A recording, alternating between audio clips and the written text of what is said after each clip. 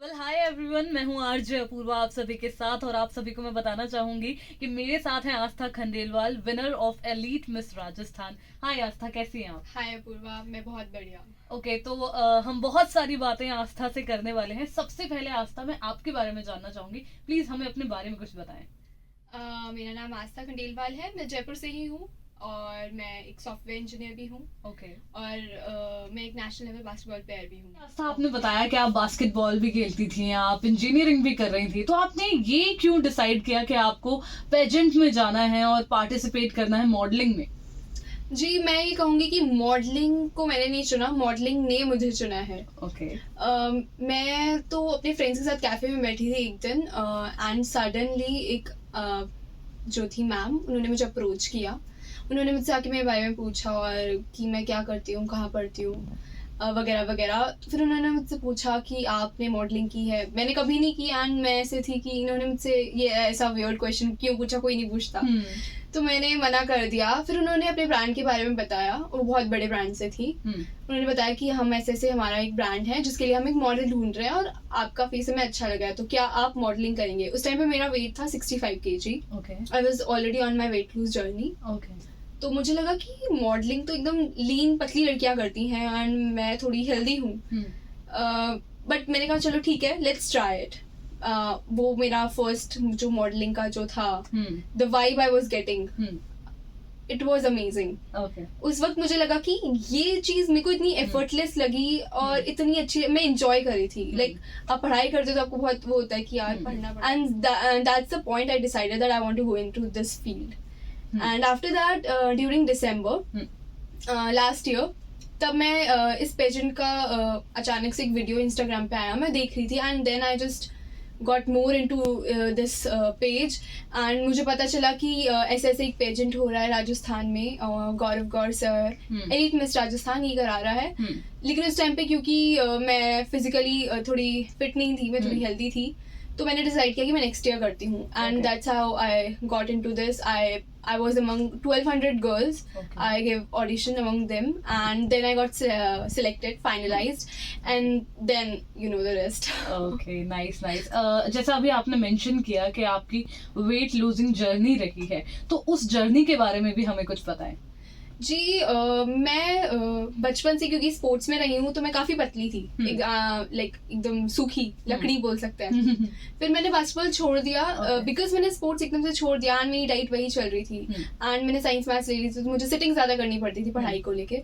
तो मेरा वेट एकदम से बहुत ज़्यादा गेन हो गया एंड मेरे बहुत ज़्यादा एक्ने पिंपल्स हो रहे थे, like not only on the face, on the body also. जो मुझे काफी वियर्ड लगा क्योंकि नॉर्मली लड़कियों के सिर्फ फेस में पिंपल्स होते हैं, why was I having those pimples? तो मैंने डॉक्टर को दिखाया, तो I was diagnosed with PCOS। I took pills for more than 3.5 years and जिसकी वजह से मेरा वेट और गेन हुआ। पहले पिंपल्स ठीक हो गए थे बट मेरा वेट बढ़ता जा रहा था।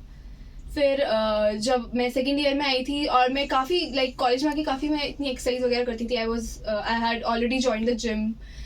डांस में करती ही थी क्योंकि मैं डांस ग्रुप में थी और काफ़ी करती थी मैं एक्सरसाइज, लेकिन फिर भी मेरा वेट लूज नहीं हो रहा था। देन आई रियलाइज जो मेरा वेट गेन हो रहा है वो पिल्स की वजह से हो रहा है, because I was having hormones.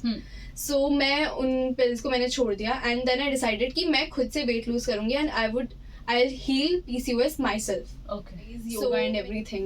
And then I reduced 17 kgs and also I just healed my pimples. Now I'm feeling much better. Also I have balanced my hormones. Okay. And PCOS is like you can't heal from PCOS, you have to balance it. It's always there. But now I am in a very good position. मतलब आपकी ये सारी बातें सुनकर मुझे ऐसा लग रहा है that you are truly a super woman.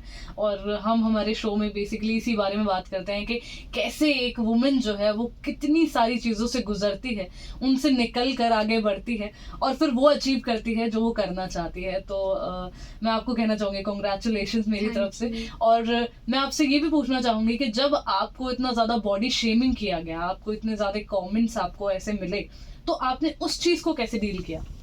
जब शुरू में मुझे मिलते थे तो मैं अपने फैमिली फंक्शंस में नहीं जाती थी।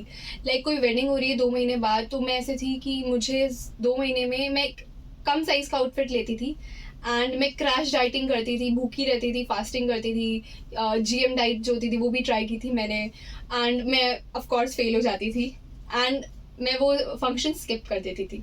ओके। ऐसा होता था, लेकिन फिर धीरे धीरे धीरे धीरे मुझे लगा कि I should accept myself the way I am, and वो जो एक्सेप्टेंस था, वो जो कॉन्फिडेंस था, वो मुझे जब धीरे धीरे तब आया जब मैंने एक्सरसाइज करना स्टार्ट किया, तब मुझे लगा कि now I am becoming a better version of my self.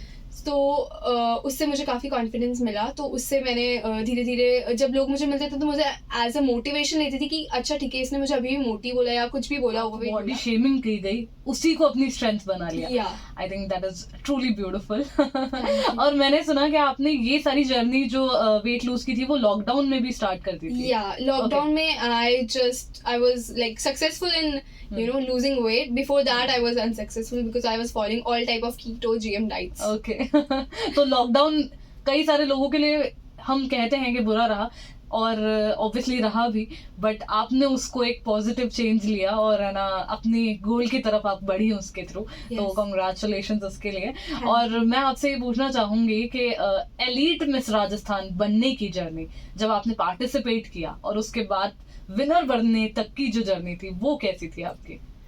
मैं बहुत डरी हुई थी, क्योंकि मैं हमेशा से मोटी थी, तो मैं हमेशा इंडियन वेयर ज़्यादा पहनती थी, क्योंकि उसमें आप पतले लगते हो, जैसे कि लोग बोलते हैं। और मैं अगर आप मेरी प्रोफाइल चेक करें तो उसमें पहले इंडियन वेयर्स में ही थी मेरी, क्योंकि I was not comfortable in showing my skin, I was not even comfortable wearing jeans. I use to wear kurta more oftenly. So जब मुझे ये ऑडिशन देना था तो उसका थीम था red dress, red one piece. So I was very conscious कि मैं कैसे पहनूंगी, cut sleeve, I have never wear it, and how will I carry, and वहाँ पे कॉन्फिडेंस सबसे ज़्यादा मैटर करता है। तो वहाँ पे क्योंकि मैंने जिम करके एक्सरसाइज जब करते हैं तो लोगों की जो बॉडी लैंग्वेज है वो थोड़ी चेंज हो जाती है, थोड़ा ज़्यादा कॉन्फिडेंस आ जाता है, बॉडी लैंग्वेज थोड़ी ज़्यादा ओपन अप हो जाती है। एंड बिकॉज मैं हमेशा से ही स्टेज पर्सन रही हूँ, तो कॉन्फिडेंस शायद पहले से ही था मेरे अंदर, जो मुझे नहीं रियलाइज हुआ। सो मैंने वहाँ जब वॉक किया, मेरा जो इंट्रोडक्शन जो था वो मैंने काफ़ी ऑनेस्ट था। You have to introduce to the person you actually are, जिससे कुछ लोग फेक करते हैं, बट मैंने एकदम ऑनेस्ट दिया था। तो आई थिंक वही चीज़ सारे जजेस को पसंद आई थी, and that's how I got into second round. And second different rounds थे, जैसे एक्टिंग राउंड है, टैलेंट राउंड है, क्वेश्चन आंसर राउंड है, वॉक राउंड है, dress round, multi designer round. So you have to be the best in all of the rounds. So I was performing good in all the rounds, and जजेस को शायद पसंद आया इसलिए। आपका वो जो कॉन्फिडेंस बचपन में कहीं खोसा गया था, कॉलेज टाइम में कहीं खोसा गया था, जब आपके पुराने प्यार जिसे कहेंगे स्टेज ने आपको बुलाया, तो आई थिंक वो वापस आ गया।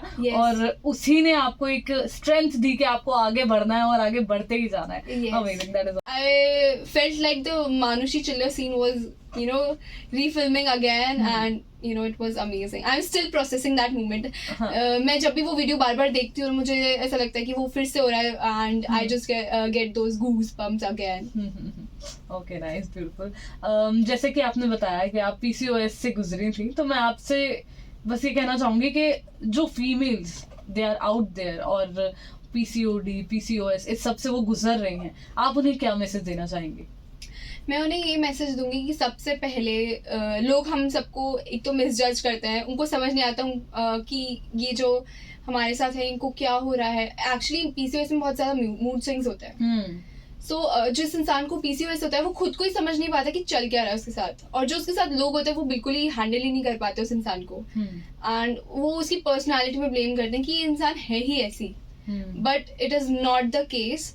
It's like you don't know what is happening with your body, with your brain. You don't have a control basically. आपको समझ नहीं आ रहा हो क्या रहा है आपके साथ, तो बहुत ही लो फेज होता है वो। So I would just like to say कि आप एक्सरसाइज करें, योगा जरूर करें। जब आप योगा करते हैं तो आप अपने इनर सोल से कनेक्ट होते हैं, तो आपको समझ में आता है कि what you wanna do in your life, just you feel good. आपको समझ में आता है आपका जो कंट्रोल होता है आपकी बॉडी और माइंड पे जो होता है, जो आपके जो विचार होते हैं जो आपके कंट्रोल से बाहर जा रहे होते हैं, योगा से वो आपके कंट्रोल में आते हैं। सो आपको स्ट्रेस कम होता है, डिप्रेशन कम होता है, जो PCOS में सबसे ज्यादा होता है, और डॉक्टर आपको सबसे ज्यादा वो लेने से मना करते हैं। तो that is the only way, and healthy diet of course, and lifestyle. Last में मैं आपसे यही पूछना चाहूंगी कि आप क्या मैसेज है जो सभी लेडीज को, सभी सुपर वुमेन्स को देना चाहेंगे? मैं यही मैसेज देना चाहूँगी कि एक तो आप सपने ज़रूर देखिए, क्योंकि सपने देखेंगे तभी वो पूरे होंगे। True. और मेहनत करते रहिए, क्योंकि मेहनत कभी भी बेकार नहीं जाती है। और जैसे कि मैं कर्मा में बिलीव करती हूँ, तो कर्मा हमेशा काम आता है। ओके, तो कर्मा काम आता है और मेहनत हमेशा करते रहिए और आप अपना ड्रीम जो है वो जरूर अचीव कर जरूर। पाएंगे। तो ये थी आस्था और मैं हूँ RJ Apoorva. Thank you for watching and thank you for listening.